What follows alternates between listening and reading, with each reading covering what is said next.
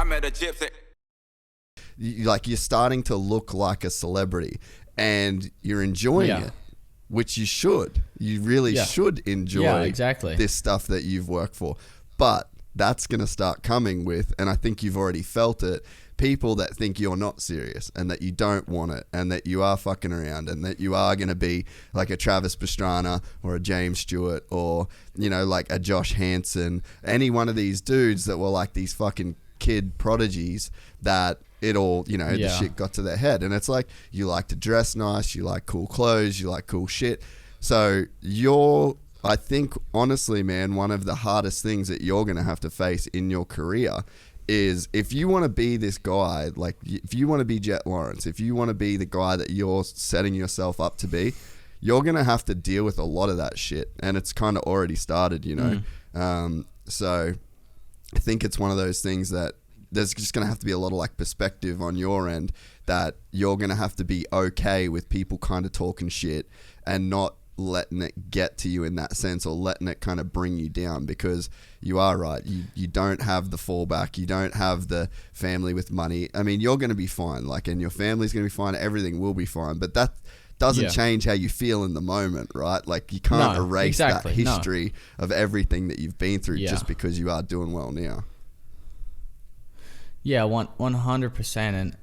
And it's like, how we are. We talk so much crap that like when people do talk crap, on social media, like if I see that, I'm like, say it to my face, and then most people don't get punched in the mouth because they're behind a phone.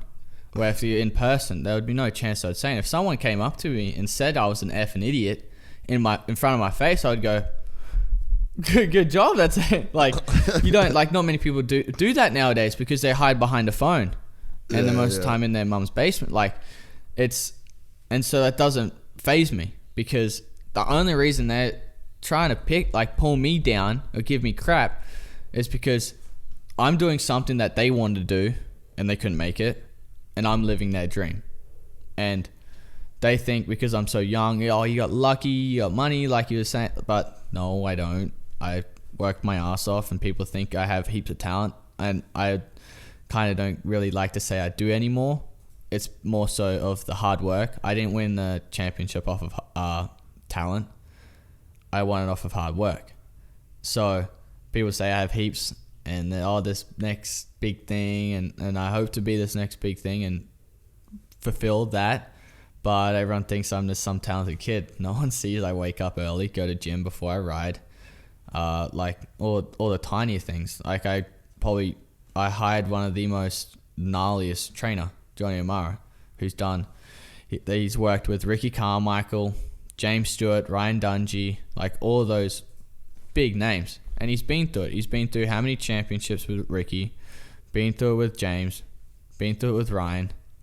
So he knows so much, and that's why, because we're not here just to go and get second place and just to have a living.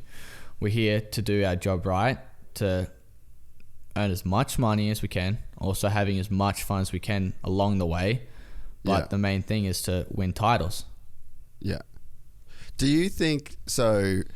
My hope for you is that you can be as dominant as a guy like Ricky, or as the guy that can just go out and win championships just consistently and just be like this superstar, right? But also be the guy that can be the sort of celebrity dude and go to the MotoGPs and go around here and kind of live that celebrity kind of high profile life.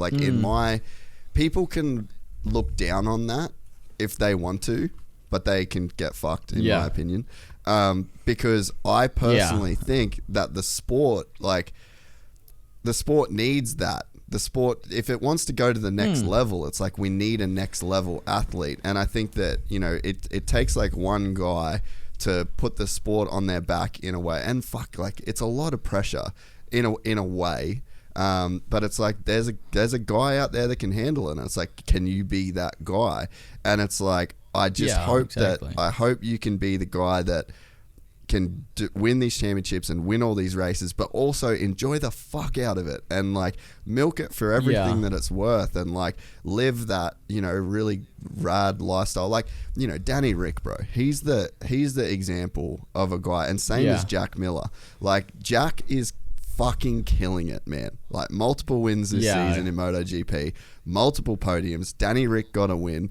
Like, and those boys are the most humble, down to earth legends that I've ever met. Like, those boys are as fucking legit as it gets, right? But they're doing it. Like, they're making heaps of cash, they're having heaps of fun, and they're getting great results. So like, it can be done, but there's like this weird ceiling that people want to put on like supercross or motocross guys. Like, there's never really been a guy that's like burst into that superstar kind of realm. And I think James could have been that guy, but maybe he didn't want to be that guy, because I think you kind of got to want it. You kind of got to be open to it. And I heard he didn't really like much of like the fans. I heard like he wasn't much of like a big crowd person. That's why he kind of got a private jet, because he didn't like the big crowd, so he could just fly to the races. Yeah, so I mean, that's the thing. It's like James was that level of like gnarly talents, just the most talented, freakish guy of all time. But when it come to, you know, he had the MTV show and he did that, but that comes with people talking shit on you and people wanting to pull you down, and then that can be pretty uncomfortable if you aren't kind of prepared to deal with that, you know. So it's almost like if you've kind of got to you kind of got to understand that if you want to be that guy, you've kind of got to take some shit for it, in a sense. But it sort of takes, you know, I think it takes that guy to really elevate the sport to the next level. Yeah, no, exactly. And I think the people giving you crap, I think it's probably not going to be my biggest thing, is because we already get it, like we get it pretty hard. Like, as a kid, we always got told if we sucked by our dad. Like, he was, there was no filter. It was straightforward. If you were sucking, he would tell you if you sucked. Sometimes, like, you'd just throw someone at you, you'd be sucking that bad. That's how you know you're really sucking bad. If you picked up as anything. So I think like the main thing I don't really need to listen to anyone outside of my group. I have my group. Yeah. I have Lucas, my dad, Hammer, obviously Dan Truman. Now there's my Johnny O'Mara, my mum. There's like that group around me, the team and that stuff. Also, that group is all I need. Yeah. Someone telling me I suck from the outside, it's not. The guy's gonna, if he was helping me get to where I need to go in the future, yeah, I would probably listen. But he's not. Yeah. I don't need to listen to him to get to my future. The group I have now, they're going to help me to get where I want to in the future. That's why I keep it at a small group, especially now, because like you said, I'm starting to get bigger, so you don't quite know, like, I mean, I have little friends that I've made over the like years, and getting new ones, like, I don't really listen to them much about advice, because they don't know much. They're new friends. I mean, it's cool, and you don't know if they're friends with you or trying to be in the same looking category as you. So but back to what I was kind of saying, I went off track, but like that group is all I need. That group of anyone talking crap, don't need it. I don't listen. Doesn't bother me. I mean, we talk crap with my brother, my manager, like 24/7. Yeah. So like true Australians do. So, well, dude, like that doesn't faze me.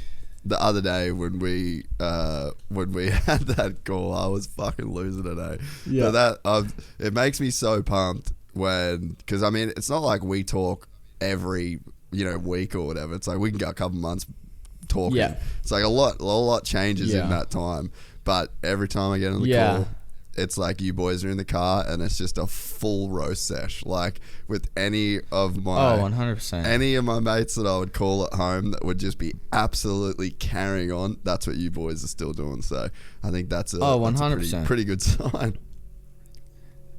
Hopping in a car with Lucas and Hannah, that's my humbling session. That's literally a humbling session. Because I am the youngest one. Yep. Like on the bike, I may be kind of like big bro. but off the bike. Yeah, he might not like that. I'm probably gonna hear it later, but I can get him. But no, let me rephrase it. Let me rephrase this. Okay, hold on. Let me rephrase this. Stick to it. Bad. Stick to your guns. Let me rephrase it. You said it. I know on a dirt bike it's even. This is a lot better of explaining. On a dirt bike it's humble, even. Bro. That's called fake humble, bro. Yeah. On dirt bikes we're even. Off the bike, he could still whoop my ass. Yeah. That's what I'd barely pick fights with him, because if I do, I'm getting my ass whooped. Like, he's big, bro. He did boxing when he was a kid. I did dancing. I can't dance out of a freaking fight. I mean, like, so I'm screwed if we get into a fight, because he did boxing. So when I get in the car, I just have to cop it because I'm the younger brother, and I just have to sit in the back seat and just. I try to make some comebacks, but some work, some don't. But we're learning. But most of the time, humble sessions are in that Range Rover. If you enjoyed this content, please like and subscribe. And to listen to the full 3-hour podcast, search Gypsy Tales in your favorite podcast platform or click the link in the description below. Gypsy Gang.